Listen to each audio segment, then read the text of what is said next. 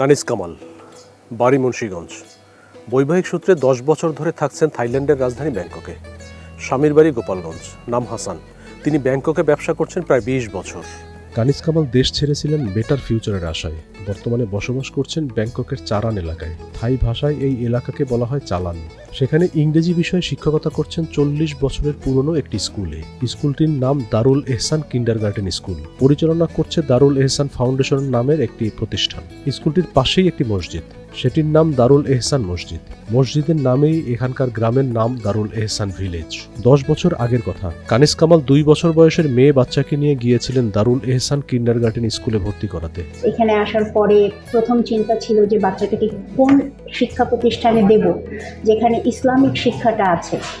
তো খুঁজতে খুঁজতে এই এলাকাটায় চলে আসলাম। এই এলাকাতে এসে একটা মুসলিম স্কুলও পেয়ে গেলাম, যেটা সম্পূর্ণভাবে মুসলিম, যেখানে কোরআন থেকে শুরু করে প্রত্যেকটা দোয়া সূরা সবকিছু শেখানো হয়। স্কুলটিতে 3 বছর বয়স থেকে শিক্ষার্থী ভর্তি করা হয়, তবে অনেকে 2 বছরেও আসে। প্রথম থেকে শিক্ষার্থীরা খেলাধুলা করে, প্রকৃতির সাথে পরিচিত হয়, নামাজ শেখে, থাই ও আরবি অক্ষরের সাথে পরিচিত হয়। স্কুলটিতে 4টি শ্রেণী: নার্সারি, কেজি 1, কেজি 2 এবং কেজি 3। এরপর অন্য কোথাও প্রাথমিকে ভর্তি।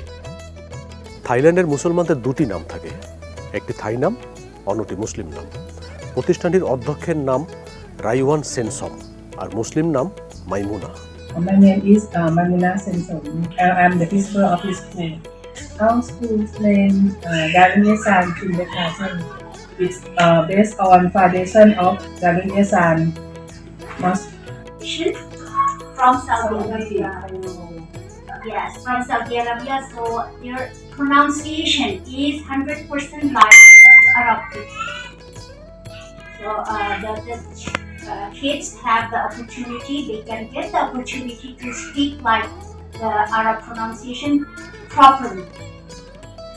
And not only Arab but also Thai language and the math. We also teaching them the basic English.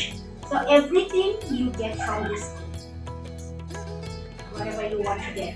If you want your kids to be pure Muslim, try to come to this. স্কুলটিতে একসময় থাই ও আরবি ভাষা শেখানো হতো। 10 বছর আগে স্কুলটিতে কানিজ কামাল যোগ দেওয়ার পর ইংরেজি শিক্ষা শুরু হয়। এরপর থেকে বদলে যেতে থাকে দারুল এহসান ভিলেজের চেহারা। গ্রামটি এখন আর গ্রাম নেই, পরিণত হয়েছে শহরে, তবে নামটি ভিলেজই রয়ে গেছে। স্কুলটিতে বর্তমানে 3টি ভাষায় পড়াশোনা করা হয়: থাই, আরবি ও ইংরেজি। স্কুলে যখন আমি বাচ্চাটাকে দিলাম, তো বাচ্চার সাথে তখন আমি ইংলিশে কথা বলতাম। স্কুলের প্রিন্সিপাল তখন আমাকে ডেকে বলে যে কানিজ, আপনি তো আপনার বাচ্চার সাথে আমি দেখি ইংলিশে কথা বলেন, তো এই কথাগুলো কি আপনি আমার স্কুলের বাচ্চাদের সাথে বলতে পারবেন?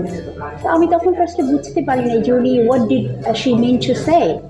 আমি বললাম যে এটা কিভাবে সম্ভব? তো বললাম, আমি যদি আপনাকে একটা চাকরি দিই এখানে, আপনি করবেন? দারুল এহসান ভিলেজের অধিবাসীরা একসময় ক্ষেত খামারে কাজ করতেন, কিন্তু সেটি এখন পরিবর্তন হয়েছে। অনেকে বিশ্ববিদ্যালয়ে পড়াশোনা করছেন, কেউ লেখাপড়া শেষ করে প্রশাসনে ঊর্ধ্বতন পদে কর্মরত রয়েছেন, আবার কেউ বড় ব্যবসায়ী। থাইল্যান্ডের মুসলিম মেয়েরা বেশ লাজুক।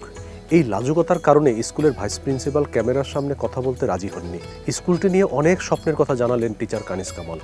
এক পর্যায়ে তিনি নিজ স্কুলে কোনো বাংলাদেশিকে পেয়ে আবেগ আপ্লুত হয়ে পড়েন। মোস্তাফিজুর রহমান, নয়া দিগন্ত।